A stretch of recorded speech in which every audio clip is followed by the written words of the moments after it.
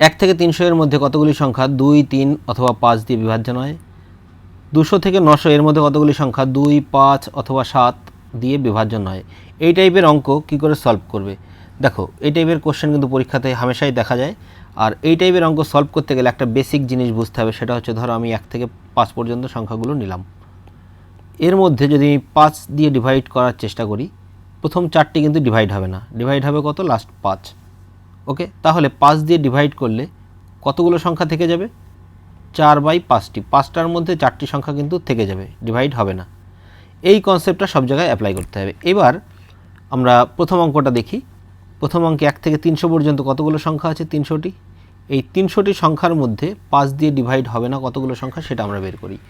5 দিয়ে ডিভাইড করতে গেলে প্রতি 5টায় 4টে অবিভাজ্য থাকে, তার মানে 5টার মধ্যে 4টে অবিভাজ্য।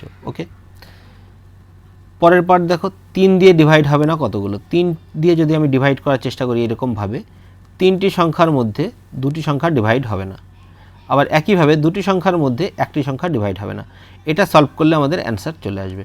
2 দিয়ে 2 কাটবে, 5 দিয়ে কাটলে 3 দিয়ে কাটলে হবে 100, 5 দিয়ে কাটলে 20, 4 20 80, অর্থাৎ 80টি সংখ্যা কিন্তু বিভাজ্য হবে না। 2 দিয়েও বিভাজ্য হবে না, 5 দিয়ে 3 দিয়ে কোনোটা দিয়ে বিভাজ্য হবে না। বুঝতে পারলে? একই রকমভাবে পরেরটা সলভ করো। 200 থেকে 900 এর মধ্যে সংখ্যা কতগুলো আছে? মাইনাস করলে 700টি সংখ্যা পাবো। এখানে বলেছে 2 দিয়ে বিভাজ্য হবে না কতগুলো সংখ্যা? একই রকমভাবে 2 ভাগের 1 ভাগ সংখ্যা ডিভাইড হবে না। 5 দিয়ে ডিভাইড হবে না কতগুলো? এটা আগের মতোই 4/5, এটা দিয়ে মাল্টিপ্লাই করতে হবে। আর 7 দিয়ে বিভাজ্য হবে না কতগুলো?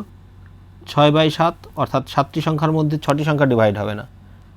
ওকে, তাহলে এটাকে সলভ করলে 7 দিয়ে কাটলে 100, 5 গুণ 10, 10 দিয়ে কাটলে 100কে 10 হবে, 10 × 4 × 4 = 24, অর্থাৎ 240টি সংখ্যা কিন্তু ডিভাইড হবে না।